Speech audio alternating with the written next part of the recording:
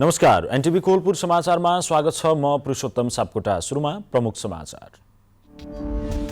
दुर्घटना भएको एटी एयरलाइन्सको विमानमा सवार मध्ये 69 जनाको शव फेला पर्यो। क्रेनको प्रयोग गरी उद्धारको प्रयास जारी। सशस्त्रका गोताखोर समेत परिचालन।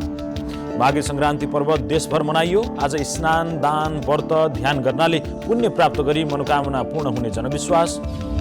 नागरिक उन्मुक्ति पार्टी तटस्थ बस्दा सुदूरपश्चिम प्रदेश सभामुखको चयन प्रक्रियामा अन्यल। प्रदेश सभाको अर्को बैठक भोलि बस्दै। पेरुमा सङ्कटकाल घोषणा। सरकार विरोधी प्रदर्शनमा 42 जनाको मृत्यु। आन्दोलन र भेला जस्ता संवैधानिक अधिकारहरूमा प्रतिबन्ध।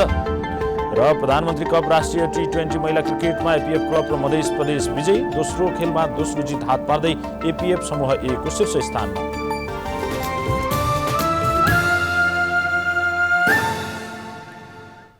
समाचार अब विस्तारमा।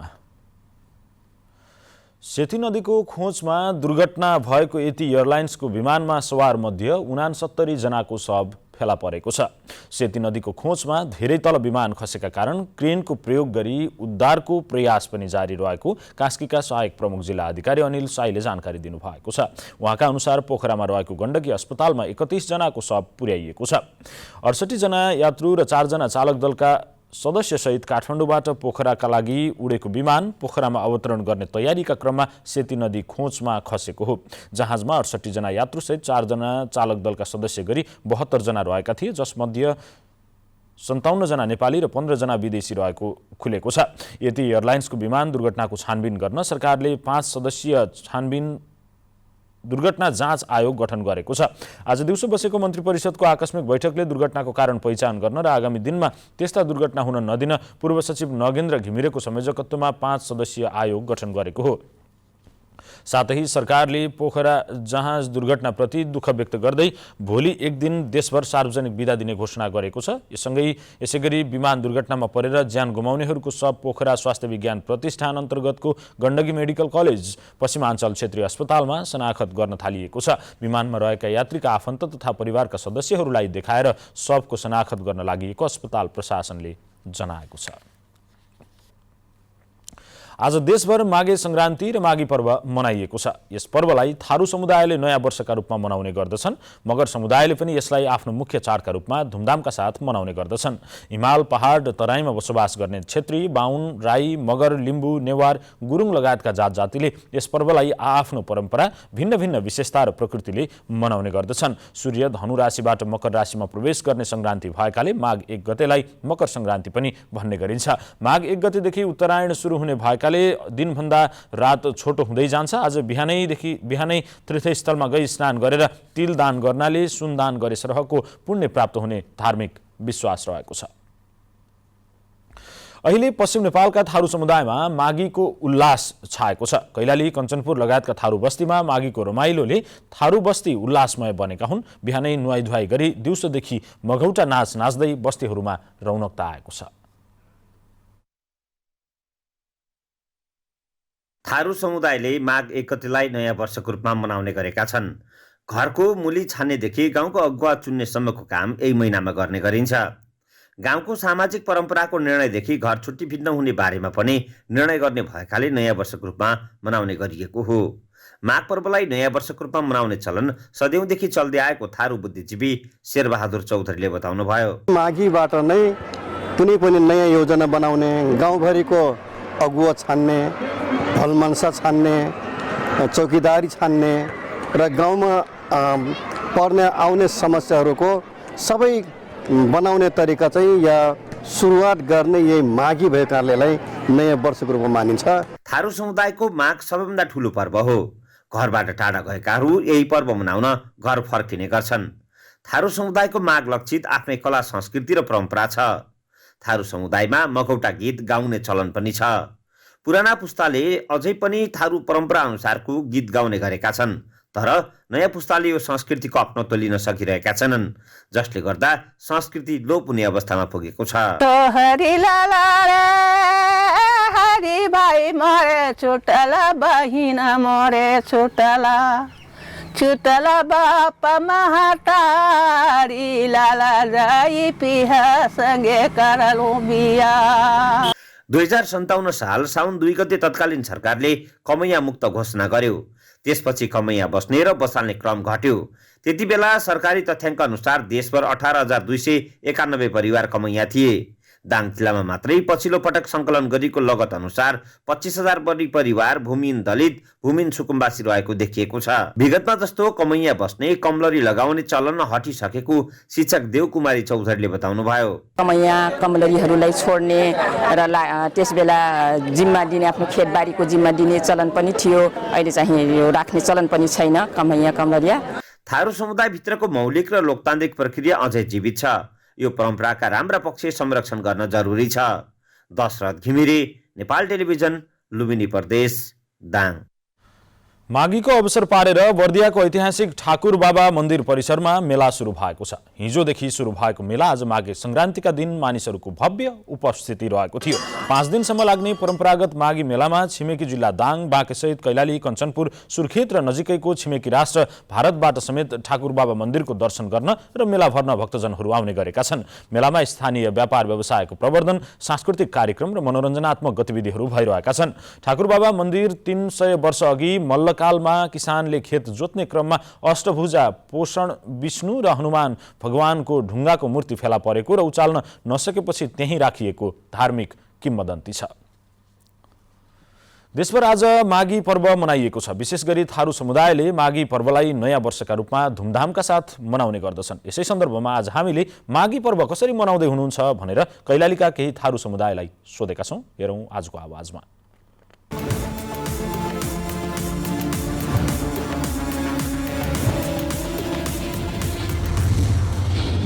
ढिकरी खा के है, डसुर लहा धोआ के है, आके हमरा ढिकरी खाई थी, ढोक लगती अपन भारी मनन है।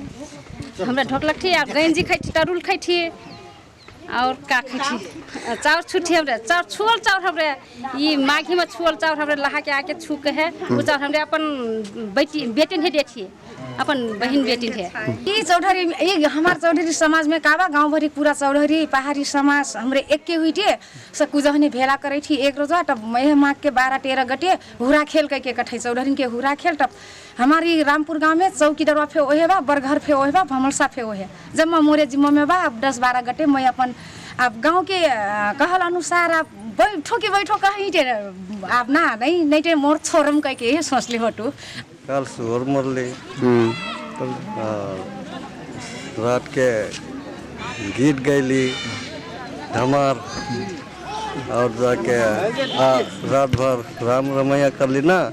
आज सकार लहैली, लहा के मंदिर अली, मंदिर में दर्शन कैली ना। पूछ के 29 गते शिकार खैना सुअर मार के अनि सुअर शिकार नहीं खोया ब्रोइलर खैना अनि 29 गते रात भर नाच करना, रात भर जगना अनि बिहान के चाहिँ लडियम लहा के चाह पैसा डाल के चाह फुला डाल के लडियम लहा के घरे आके चार 5 चौसिक डरना ऐसी के और जाके 5 चो नोन डरना चाहिए वो क्यों नहीं खैना। अपन नंदिया अपन बहिनिया है देहे जिना और जाके ढिकरी पकैना और जाके तेलहा रोटी पकैना उस अपने कहना अपने खैना अपन नंदिया है देहे जिना। 2 गते खिचड़ी भात पकाई थी तब फिर खाई थी तब ना फिर रमाइलो नाच करे। बिहान नुहाएर आएर आफ्नो आमा बुवासँग आशीर्वाद लिने, आफूभन्दा ठुलाबाट आशीर्वाद लिने र आफूभन्दा सानालाई आशीर्वाद दिने कार्यक्रम हुन्छ। अनि त्यसपछि ढोक सलाम गरेर अनि खानपिन हाम्रो ठारू परिकारहरू ढिक्री भयो, ढिक्री, खेरिया, फुलौरी, ग्याङ्गटा, सुँगुरको मासु अनि कुखुराको मासु सबै खानपिन एउटै ठाउँमा बसेर एकअर्कासँग साटासाट गरेर यसरी रमाइन्छ।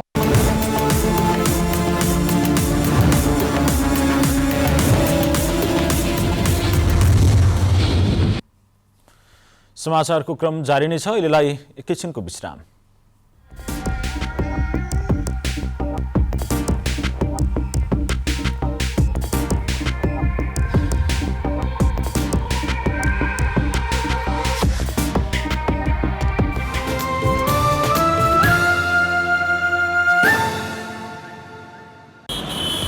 सवारी चलाउँदा अथवा यात्रा गर्दा ध्यान दिनुपर्ने कुराहरू। मादक पदार्थ सेवन गरी सवारी नचलाऊ। चालकले मादक पदार्थ सेवन गरेको थाहा पाए यात्रुले प्रहरीलाई खबर गरौँ। जेब्रा क्रसिङबाट बाटो काटौँ र सिट क्षमताभन्दा बढी यात्रा नगरौँ। सवारी चलाउँदा मोबाइल फोनको प्रयोग नगरौँ र सडकमा ध्यान केन्द्रित गरौँ। सवारी साधनको छतमा बसेर यात्रा नगरौँ र पैदल हिँड्दा सकभर फुटपाथको प्रयोग गरौँ। रातिको समयमा अरू सवारी साधनलाई बाधा हुने गरी हाइलाइटको प्रयोग नगरौँ। ट्राफिक नियम मिचेकोमा गर्व होइन, लाज मान्ने गरौँ। तीव्र गति जीवन क्षति। बिस्तारै गए अवश्य पुगिन्छ, छिटो गए भन्न सकिन्न। याद गर्नुहोस्, तपाईका परिवारले तपाईलाई पर्खिरहेका छन्। जनचेतनाका लागि एनटिभी कोहलपुरद्वारा जारी सन्देश। विश्रामपछि समाचारमा पुनः स्वागत छ। अब बाँकी समाचार। कर्णाली प्रदेशका प्रमुख तिलक परियारले प्रदेश सभाको सभामुखमा नन्दा गुरुङ निर्वाचित भएपछि शपथ ग्रहण गराउनु भएको छ। प्रदेश प्रमुख परियारले आज सुर्खेतको वीरेन्द्रनगरमा आयोजित एक कार्यक्रमका बीच सभामुख गुरुङलाई पद तथा गोपनीयताको शपथ ग्रहण गराउनु भएको हो। शपथ ग्रहण समारोहमा प्रदेशका मुख्यमन्त्री राजकुमार शर्मा, मन्त्री तथा सहकारी उच्च पदाधिकारी लगायतको उपस्थिति रहेको थियो।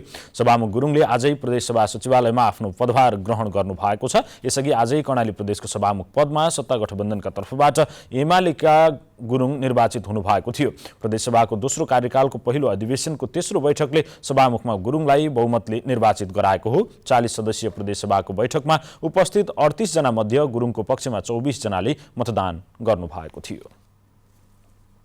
सुदूरपश्चिम प्रदेशमा सभामुख चयनको प्रक्रिया अन्योलमा परेको छ।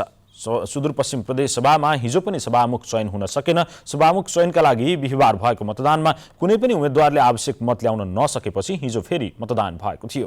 हिजोको मतदानमा सत्ता गठबन्धनका उम्मेद्वार भीमबहादुर भण्डारीको पक्षमा 22 मत मात्र परेपछि सभामुख चयन सम्बन्धी प्रस्ताव अस्वीकृत भएको हो। सत्ता गठबन्धनको निर्णायक घटक नागरिक उन्मुक्तिका 7 जना सांसदहरू तटस्थ बसेपछि भण्डारीको पक्षमा बहुमत जुट्न नसकेको हो। 53 सदस्यीय सुदूरपश्चिममा सभामुख निर्वाचित हुन 27 सांसद आवश्यक पर्दछ। सभामुखका लागि विपक्षी गठबन्धनका तर्फबाट कांग्रेसका मानबहादुर रावल उम्मेद्वार हुनुहुन्छ। उहाँले पहिलो दिन बिहिबार भएको मतदानमा 23 मत पाउनु भएको थियो भने हिजो भएको मतदानमा 22 मत पाउनु भयो। प्रदेश सभाको अर्को बैठक भोलि बोलाइएको छ। कर्णालीवासीको भविष्यसँग जोडिएको रणनीतिक भनिने सडक भेरी करिडोरको विस्तृत अध्ययनका लागि सडक डिभिजन कार्यालय चौरजारीको टोली उपल्लो डोल्पा पुगेको छ। उक्त टोलीले उक्त सडक खण्ड अन्तर्गत पर्ने जाजरकोट दुनै मरिम तिन्जे धो ल्याक्सिक्याप सडक खण्डमा निर्माणाधीन सडकको काममा गुणस्तर तथा बाँकी सडकको अध्ययन गरेको छ। निर्माणाधीन सडकमा हुन सक्ने कमी कमजोरी तथा गुनासो सुन्न र निर्माण कार्य बाँकी रहेको सडकको विस्तृत अध्ययनका लागि डिभिजन प्रमुख असुतोष कर्णसहितको टोली स्थलगत अनुगमनमा उपल्लो डोल्पा पुगेको हो। मोरिम्ला नाकादेखि धोसम्मको 65 किलोमिटर सडक निर्माणको ट्र्याक खुलाउने काम भइरहेको छ। सडक डिभिजनको टोलीले 148 किलोमिटर सडकको अध्ययन गरेको प्रमुख कर्णले जानकारी दिनुभएको छ।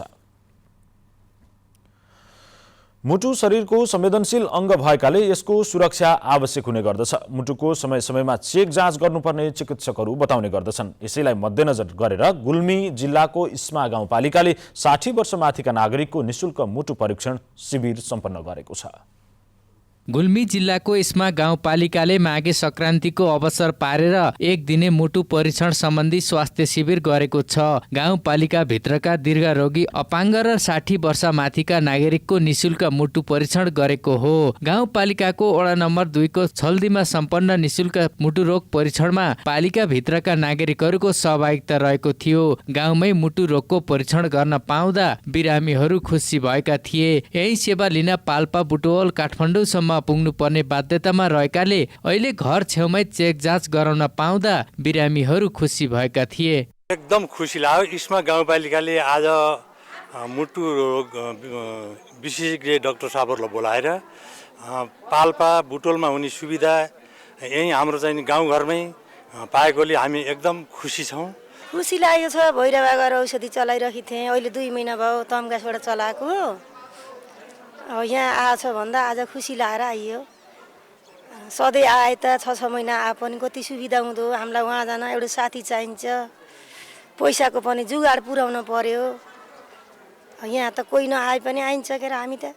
शिविरमा काठमाडौँबाट आउनु भएका मुटु रोग विशेषज्ञ डाक्टर सुमन्त बन्जाडे सहित 8 जना डाक्टरहरूले चेक जाँच गर्नु भएको थियो। शिविरमा इसिजी, इको, रक्त परीक्षण, निशुल्क औषधि लगायत सेवा प्रदान गरिएको थियो। शिविरमा मुटु रोग विशेषज्ञ डाक्टरहरूले मुटु र उच्च रक्तचाप बारे प्रशिक्षण समेत दिनु भएको थियो। इस्मा गाउँपालिकाको वार्षिक कार्यक्रम अनुसार निशुल्क स्वास्थ्य शिविर राखिएको गाउँपालिकाका अध्यक्ष भगत सिंह खड्काले बताउनु भयो। आफू 60 वर्ष नागिसकेपछि राष्ट्रले गर्नुपर्ने उनीहरूप्रतिको हेरचाह आदि इत्यादिमा स्थानीय सरकार तदारुक होस्। स्वस्थ नागरिक नै राष्ट्रका लागि योगदान गर्न सक्ने नागरिक हुन सक्छन् भनेर हामीले मुटु रोगको यो स्वास्थ्य शिविर सञ्चालन गरिरहेका छौँ। मुटु रोगीहरूले धुम्रपान, मद्यपान नगरे, चिल्लो पिरो नखाने, माछा मासु कम खाने र दैनिक व्यायाम गरे मुटु रोगबाट बच्न सकिने डाक्टरहरूले बताउनु भएको थियो। हाल गुल्मी जिल्लाबाट विभिन्न रोगको विशेषज्ञ सेवा लिन पाल्पा बुटवल काठमाडौँ पुग्नु पर्ने अवस्था रहेको छ। अनिल खत्री, नेपाल टेलिभिजन, लुम्बिनी प्रदेश, गुल्मी। समाचारको क्रम जारी नै छ, एकैछिनको विश्राम।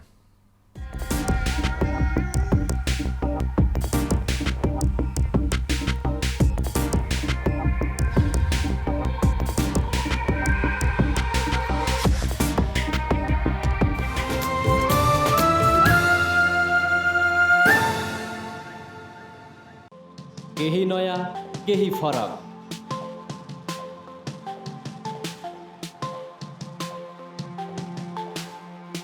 राष्ट्रिय सञ्चारको मेरुदण्ड नेपाल टेलिभिजनको प्रादेशिक च्यानल एनटिभी कोहलपुर। पश्चिम नेपालको लुम्बिनी, कर्णाली र सुदूर पश्चिमको एक मुष्ट आवाज। सत्य समाचार, तटस्थ विचार। कार्यक्रममा मौलिकता, समावेशिता र विकासमा विस्तार। डिजिटल दुनियाँमा तपाईको विचार र भावनालाई संसारसँग जोड्दै एनटिभी कोहलपुर। सूचना, शिक्षा र मनोरञ्जनको यो यात्रा हो समृद्धिको।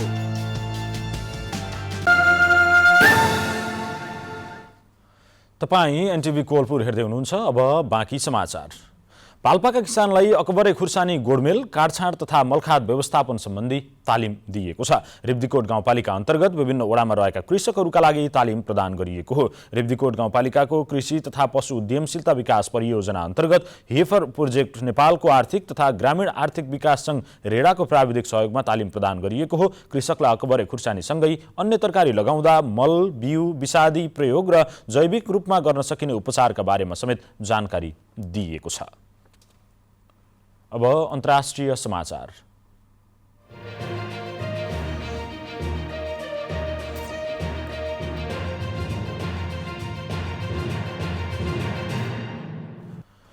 पेरू सरकारले पछिल्लो समयमा राष्ट्रपति विरुद्धको प्रदर्शन चर्किएपछि राजधानी लिमा र अन्य 3 क्षेत्रहरूमा सङ्कटकाल घोषणा गरेको छ। प्रदर्शनमा कम्तीमा 42 जनाको मृत्यु भइसकेको छ भने दर्जनौं घाइते छन्। 30 दिनका लागि लागू गरिएको सङ्कटकालमा सेनालाई आदेश कायम राख्न हस्तक्षेप गर्न अधिकार दिइएको छ। घोषणासँगै धेरै आन्दोलन र भेला जस्ता संवैधानिक अधिकारहरूमा प्रतिबन्ध लगाइएको छ। अब आर्थिक समाचार।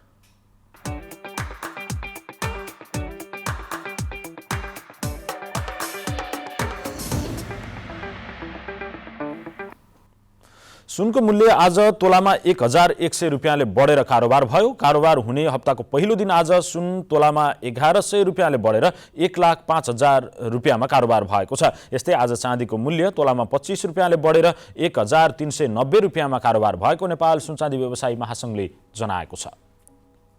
अब खेलकुद समाचार।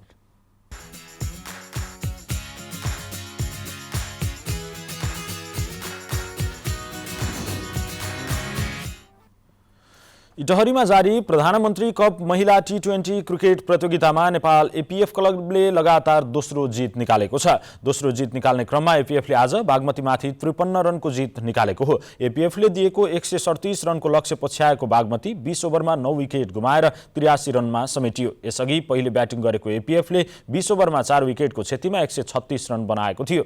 दोस्रो खेलमा दोस्रो जित हात पारेको एपीएफ 4 अङ्कका साथ समूह ए को शीर्ष स्थानमा रहेको छ। बागमती प्रदेश 2 खेल खेल्दै अङ्कविहीन रहँदै समूह ए को पुछारमा रहेको छ। त्यसैगरी आजै भएको दोस्रो खेलमा मध्य प्रदेशले कर्णाली प्रदेशमाथि 8 विकेटको जित निकालेको छ। कर्णालीले दिएको 80 रनको लक्ष्य मधेसले 10.2 ओभरमा 2 विकेट गुमाएर भेटाएको थियो। यसअघि पहिले ब्याटिङ गरेको कर्णालीले 20 ओभरमा 6 विकेट गुमाएर 79 रन बनाएको थियो। दोस्रो खेलमा पहिलो जित हात पारेको मधेस 2 अङ्कका साथ समूह बी को तेस्रो स्थानमा रहेको छ। कर्णाली प्रदेश समूह 2 खेल खेल्दै अङ्कविहीन रहँदै समूह बी को पुछारमा रहेको छ। अब मौसम।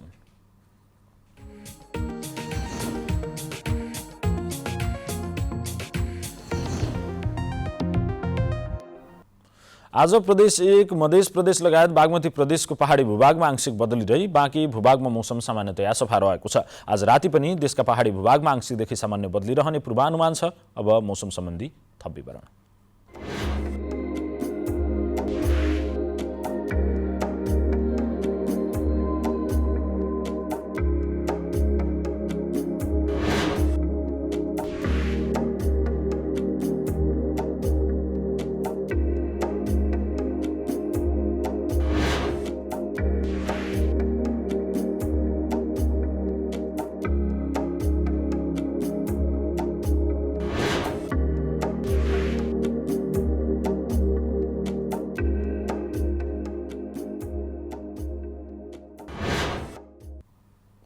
समाचारको अन्त्यमा प्रमुख समाचार पुनः एकपटक।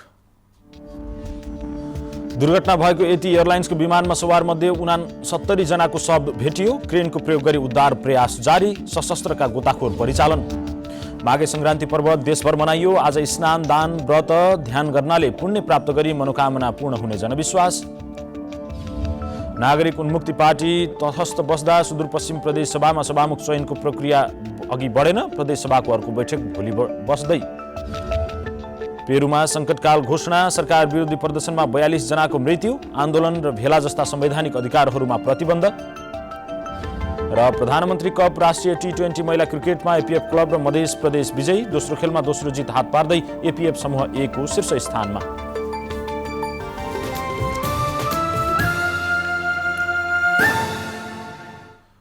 हवस् त अहिलेलाई समाचारको सिलसिला यति नै। बिदा दिनुहोस्। नमस्कार।